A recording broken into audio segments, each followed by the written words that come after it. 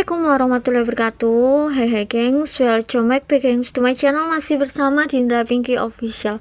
Konten biar Rihova asik yo ngetuti Dindra nih.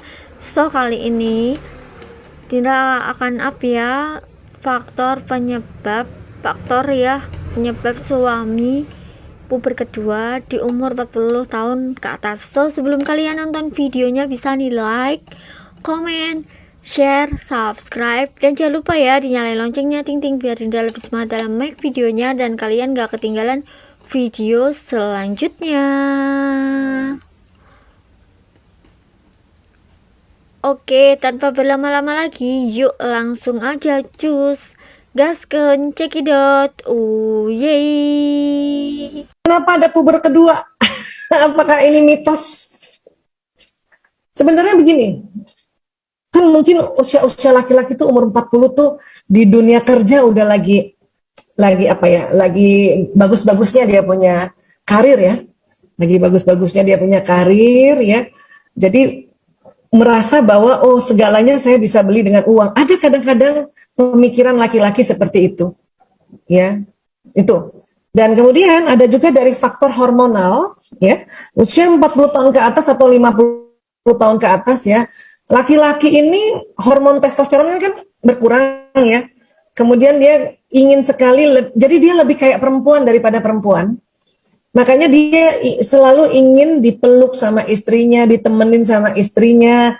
Kemudian ya, namanya jadi kayak perempuan ya. Jadi selalu berpenampilan lebih necis dibanding waktu usia 20, 25 atau 30 gitu ya. Itu masalah hormonal.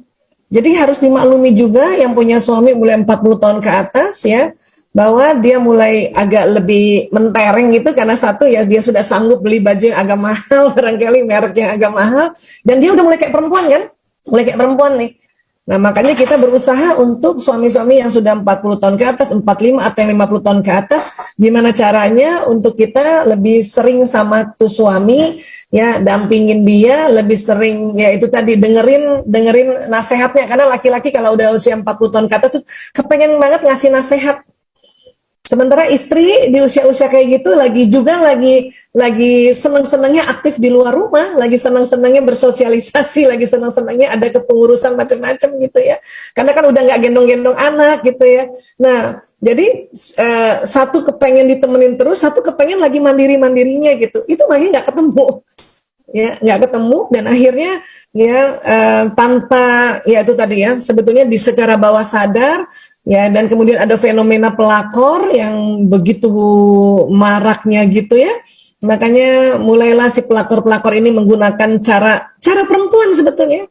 Ya, cara perempuan, suaranya yang manja-manja, suaranya yang merasa butuh dikasihani ya. Itu akhirnya si laki-laki itu karena melihat istrinya, oh istri saya lagi nggak butuh saya, istri saya sangat mandiri, istri saya yang sedang banyaknya bersosialisasi di luar, dia nggak butuh saya, akhirnya bisa kena sama pelakor itu gitu ya. Jadi sekali lagi kalau disebut mitos, ada yang bilang mitos, tapi kalau menurut saya itu karena fase hormonal dan juga fase lingkungan yang saat itu sedang berjayanya gitu.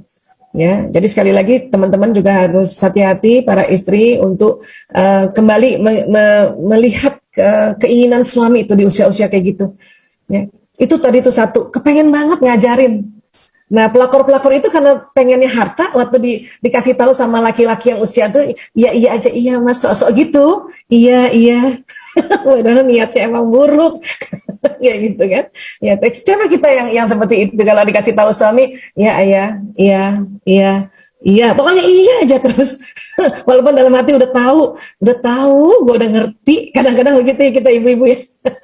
Tapi karena kita iya aja, iya mas, iya siap mas, iya, ya. Nah itu penting juga tuh kita punya akhlak seperti itu, iya aja dulu. Walaupun sebetulnya kadang-kadang kita nggak setuju, ya. Kurang lebih seperti itu. Kalau saya ditanya, saya bisa jawabnya cuma itu aja, ya. Mudah-mudahan bisa terjawab. Terima kasih.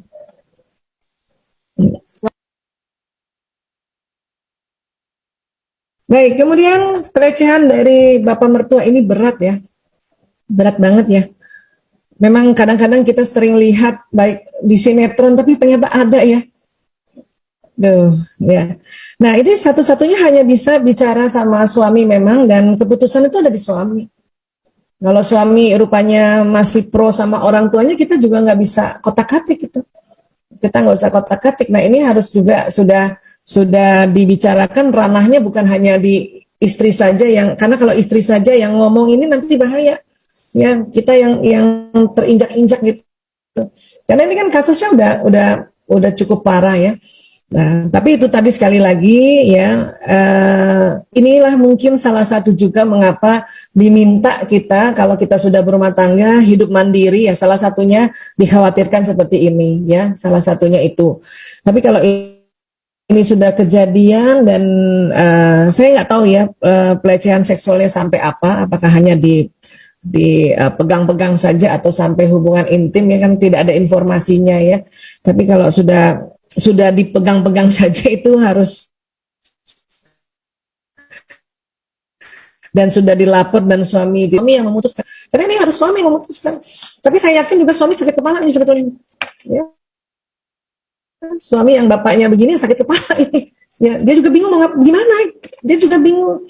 Jadi menurut saya kasih waktu untuk dia bagaimana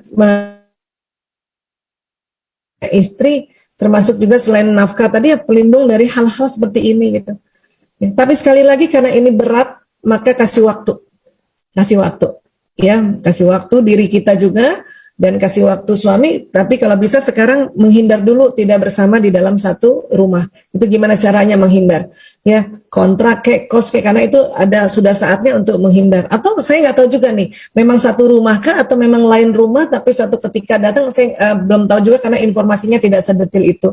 Tapi sekali lagi karena ini berat dan suami juga mungkin mau pecah kepalanya itu gara-gara urusan ini, maka kasih waktu ya, kasih waktu, banyak istighfar ya. Alhamdulillah, sekian dulu gengs video dari Dindra. Semoga kalian sehat selalu, lancar selalu rezekinya. Doa terbaik untuk kalian. Thanks for watching geng. Please stay permanenis. Salam gotik, salam mutiara surga, salam cepus, salam. Assalamualaikum warahmatullahi wabarakatuh. Bye bye.